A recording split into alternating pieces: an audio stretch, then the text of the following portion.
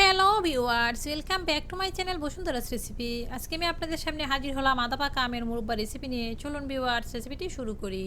রেসিপির জন্য এখানে নিয়েছি আদা পাকা আম, এগুলোকে বটির সাহায্যে ছিলে নিয়েছি। এখন এগুলোকে ধুয়ে নিয়েছি, ধুয়ে এগুলোকে কাঁটা চামচের সাহায্যে ছিদ্র করে নিচ্ছি।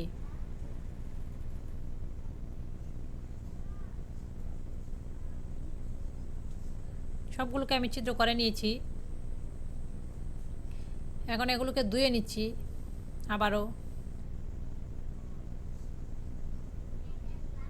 আবারও এই পাত্রে আমি নিয়েছি পরিষ্কার পানি। এখানে দিয়ে দিচ্ছি 2 চা চামচ পরিমাণ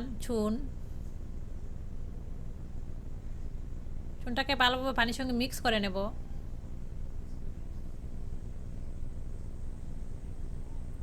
মিক্স করা হয়ে গেছে, এখন আমের টুকরোগুলো দিয়ে দিচ্ছি। এগুলোকে আমি চুনের পানির মধ্যে 4 ঘন্টার মতো রেখে দেব। 4 ঘন্টা পর আমি এগুলোকে উঠিয়ে নেব। 4 ঘন্টা পর আমি এগুলোকে উঠিয়ে গরম পানির মধ্যে আবার দিয়ে দিয়েছি। গরম পানিটা ঠান্ডা হলে আমি এগুলোকে হাত দিয়ে চেপে চেপে উঠিয়ে নেব।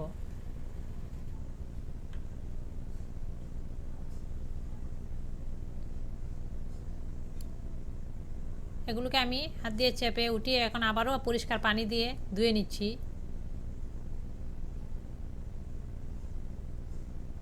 খুব ভালোভাবে চেপে চেপে উঠিয়ে নিতে হবে যেন পানি না থাকে আমের গায়ে।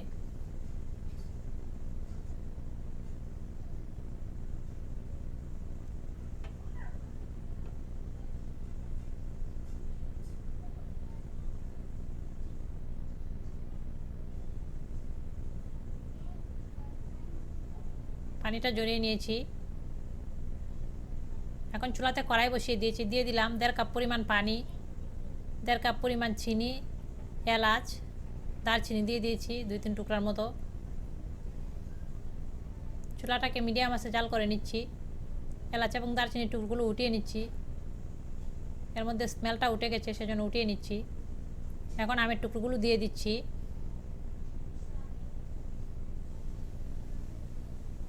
কয়েকবার উল্টে পাল্টে আমগুলোকে সেদ্ধ করে নিতে হবে।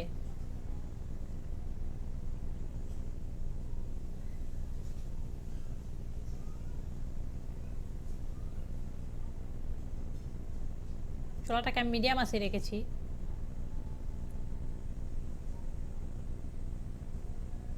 আবারও উল্টে দিচ্ছি। রেসিপিটা দেখার পর অবশ্যই লাইক কমেন্ট শেয়ার করতে ভুলবেন না। আর যারা অলরেডি আমার চ্যানেলে সাবস্ক্রাইবার তাদেরকে অসংখ্য ধন্যবাদ।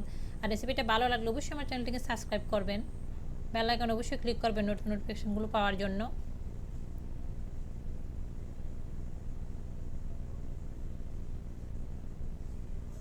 আবারও একটু উল্টে দিচ্ছি, বারবার উল্টে দিতে হবে, না হলে নিচে লেগে যেতে পারে। দেখতে পাচ্ছেন শিরাটা শুকিয়ে এসেছে, আমগুলোও প্রায় সেদ্ধ হয়ে এসেছে।